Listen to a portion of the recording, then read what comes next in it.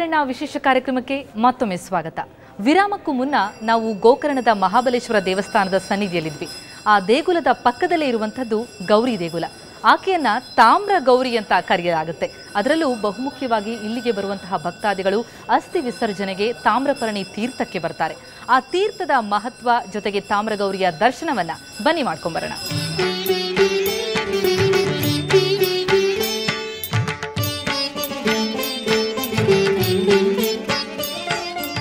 ಶಂಕರನ ಧ್ಯಾನ ಮಾಡುತ್ತಾ ಕೈಯಲ್ಲಿ ಹೂಮಾಲೆಯನ್ನು ಹಿಡಿದು ಪೂರ್ವಾಭಿಮುಖವಾಗಿ ನಿಂತ ಗಂಗೆಯೇ ತಾಮ್ರಗೌರಿ.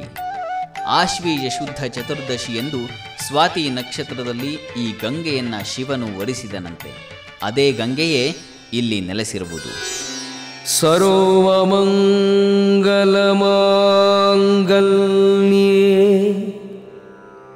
ಶಿವೇ ಸರ್ವಾರ್ಥ ಸಾಧಿಕೆ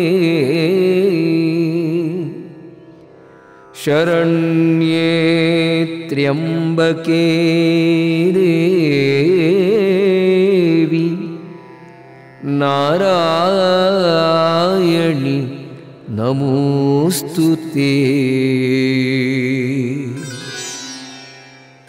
ಇಲ್ಲಿಗೆ ಬಂದ ಭಕ್ತಾದಿಗಳು ಶಿವನನ್ನ ದರ್ಶಿಸುವುದರ ಜೊತೆಗೆ ಮುಖ್ಯವಾಗಿ ಪಿತೃ ಕಾರ್ಯಗಳನ್ನು ಇಲ್ಲಿ ಪೂರೈಸುತ್ತಾರೆ. ಪಿತೃ ಕಾರ್ಯಗಳನ್ನು ಮಾಡಲು ತಾಮ್ರಪರ್ಣಿ, ಪಿತೃಸ್ಥಾಲಿ, ರುದ್ರಪಾದ ಹೀಗೆ ಕೆಲವು ಸನ್ನಿಧಿಗಳಿವೆ. ಈ ಕ್ಷೇತ್ರಗಳಲ್ಲಿ ಶ್ರಾದ್ದ ಕರ್ಮಾದಿಗಳನ್ನು ಮಾಡಿದರೆ ಮೋಕ್ಷ ಲಭಿಸುತ್ತದೆ ಎಂಬುದು ಭಕ್ತರ ಪರಮನಂಬಿಕೆ. ಪಿಂಡಪ್ರಾಣದಲ್ಲಿ ನಾವು ಒಂದು ಮಾತನ್ನು ಹೇಳ್ತೇವೆ, ರುದ್ರಪಾದಾದಿ ಸಮಸ್ತ ಪಾದೇಶು ದತ್ತಂ. ರುದ್ರಪಾದವನ್ನೇ ಮೊದಲುಗೊಂಡು ಎಲ್ಲ ದೇವರ ಪಾದದಲ್ಲಿಯೂ ಪಿಂಡಾರ್ಪಣೆಯನ್ನು ಮಾಡಿದ್ರೆ ಆಗ ಅದು ಶ್ರೇಷ್ಠ ಆಗ್ತದೆ. ಎಲ್ಲ ಅಂದರೆ ವಿಷ್ಣುವಿನ ಮತ್ತು ರುದ್ರನ. ಹಾಗಾಗಿ ಆ ರುದ್ರ ಅಂದರೆ 11 ಸಂಖ್ಯೆ. ಈ ಪಿಂಡ ಪ್ರದಾನದಲ್ಲಿ 11 ಪಿಂಡವನ್ನು ಇಡ್ತೇವೆ ನಾವು. ಮೃತವಾಗಿ 11 ದಿವಸದವರೆಗೆ 11 ದಿನ ನಿತ್ಯ ಪಿಂಡ ಅಂತ ಇರ್ತೇವೆ. ಅದನ್ನು ರುದ್ರಪಾದದಲ್ಲಿ ಇರುವಂಥವರು 11 ಜನ ರುದ್ರರು. ಅದಕ್ಕೆ ರುದ್ರಗಣ ಅಂತ ಹೇಳ್ತೇವೆ. ಆದ್ದರಿಂದ ಆ ರುದ್ರಗಣ ಕಾಶಿಯಲ್ಲಿಲ್ಲ, ಅಲ್ಲಿರುವಂಥವರು ವಸುಗಣ ಅಥವಾ ಆದಿತ್ಯಗಣಗಳಿದ್ದಾರೆ. ಆದ್ದರಿಂದ ರುದ್ರಗಣ ಅನ್ನುವಂಥದ್ದು ಗೋಕರ್ಣದಲ್ಲಿರೋದ್ರಿಂದ ಗೋಕರ್ಣದಲ್ಲಿ ರುದ್ರಪಾದ. ಆದ್ದರಿಂದ ಕಾಶಿಗಿಂತಲೂ ಮಿಗಿಲವಾದದ್ದು ಗೋಕರ್ಣ ಅಂತ ತಾಮ್ರಗೌರಿ ತನ್ನ ಅಳತೆಯ ಮಾಪನದ ತಕಡೆಯಲ್ಲಿ ತೂಕ ಮಾಡಿ ಗೋಕರ್ಣ ಶ್ರೇಷ್ಠ ಅನ್ನೋದನ್ನು ಆ ಗೋಕರ್ಣದಲ್ಲಿ ಪ್ರತೀತಿ ಮೂಲಕ ಜನರು ನಮಗೆ ಇವತ್ತು ತಿಳ್ಕೊಡ್ತಾ ಇದ್ದಾರೆ, ತಿಳಿಸ್ತಾ ಇದ್ದಾರೆ. ಅಲ್ಲಿ ಕ್ಷೇತ್ರ ಮಹಾತ್ಮೆಯಲ್ಲಿ ತಾಮ್ರಗೌರಿಯ ಶಾಸನಗಳಲ್ಲಿಯೂ ಸಹ ಅಂತಹ ಮಾತು ಬಂದಿದೆ ಅನ್ನೋದು ಅಲ್ಲಿ ಹಿರಿಯರ ಮಾತು. ಆದ್ದರಿಂದ ಗೋಕರ್ಣದಲ್ಲಿ ರುದ್ರಪಾದ ಅಂದರೆ ಶ್ರೇಷ್ಠ. ಗೋಕರ್ಣದಲ್ಲಿ ಪಿತೃಗಳಿಗೆ ನೀವು ಉತ್ತರ ಕ್ರಿಯೆಯನ್ನು ಮಾಡಿದ್ರೆ ಸಮಸ್ತ ಪಿತೃಗಳಿಗೂ ಸದ್ಯತೆ ಆಗತ್ತೆ ಅನ್ನೋದು ನಮ್ಮ ಪ್ರಾಜ್ಞರ ಒಂದು ನುಡಿ. ಇಂಥ ಕ್ಷೇತ್ರದಲ್ಲಿ ಬರುವ ಭಕ್ತಾದಿಗಳಿಗೆ ಪ್ರತಿನಿತ್ಯವೂ ಅನ್ನದಾಸೋಹವಿದೆ. ಶ್ರೀ ಶ್ರೀ ರಾಘವೇಶ್ವರ ಶ್ರೀಗಳ ಅನುಗ್ರಹದಿಂದ ಅನ್ನಾಮೃತ ಸಾಂಗವಾಗಿ ನೆರವೇರುತ್ತಾ ಬರುತ್ತಿದೆ. ಗೋಕರ್ಣದಲ್ಲಿ ದೇವಸ್ಥಾನದ ವತಿಯಿಂದ ಸಾಕಷ್ಟು ಸಾಮಾಜಿಕ ಚಟುವಟಿಕೆಗಳು ನಡೀತಾನೆ ಇರ್ತವೆ. ಅದರಲ್ಲಿ ಬಹುಮುಖ್ಯವಾಗಿ ಅನ್ನ ಸಂತರ್ಪಣೆ ಕೂಡ ಒಂದು.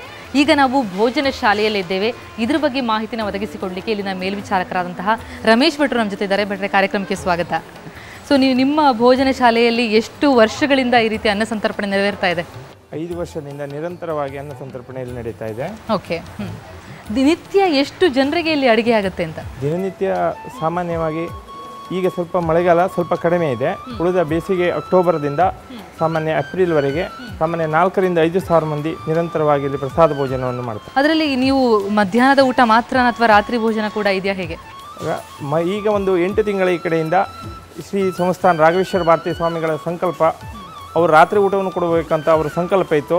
ಈಗ ಒಂದು 8 ತಿಂಗಳಿಂದ ರಾತ್ರಿ ಊಟವನ್ನು ಉತ್ತರ ಕನ್ನಡದಲ್ಲಿ ಫಸ್ಟ್ ನಮ್ಮದು ಈಗ ರಾತ್ರಿ ಊಟ ಕೊಡ್ತಾ ಇದ್ದಂಥದ್ದು. ಜಿಲ್ಲೆಯಲ್ಲೇ ಪ್ರಥಮ ಅಂತ? ಹೌದು, ಜಿಲ್ಲೆಯಲ್ಲೇ ಪ್ರಥಮವಾಗಿ ರಾತ್ರಿ 7:30 ರಿಂದ 8:00 1 ತಾಸು ನಿರಂತರವಾಗಿ ಊಟವನ್ನು ಕೊಡ್ತಾ ಇದ್ದೇವೆ.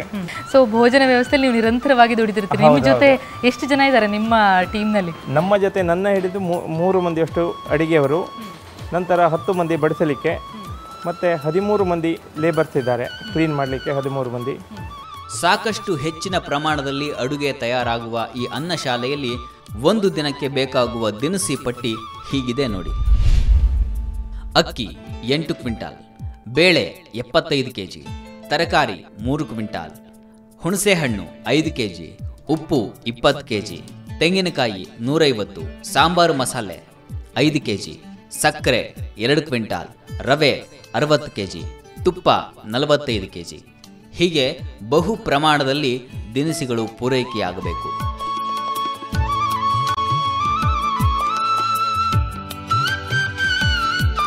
ಇಷ್ಟೆಲ್ಲ ಕಾರ್ಯ ಚಟುವಟಿಕೆಗಳನ್ನು ಹೊಂದಿರುವ ಈ ಗೋಕರ್ಣ ಕ್ಷೇತ್ರ ಹಲವು ಕಾರಣಗಳಿಂದ ಭಕ್ತರನ್ನ ಸೆಳೆಯುತ್ತಿದೆ.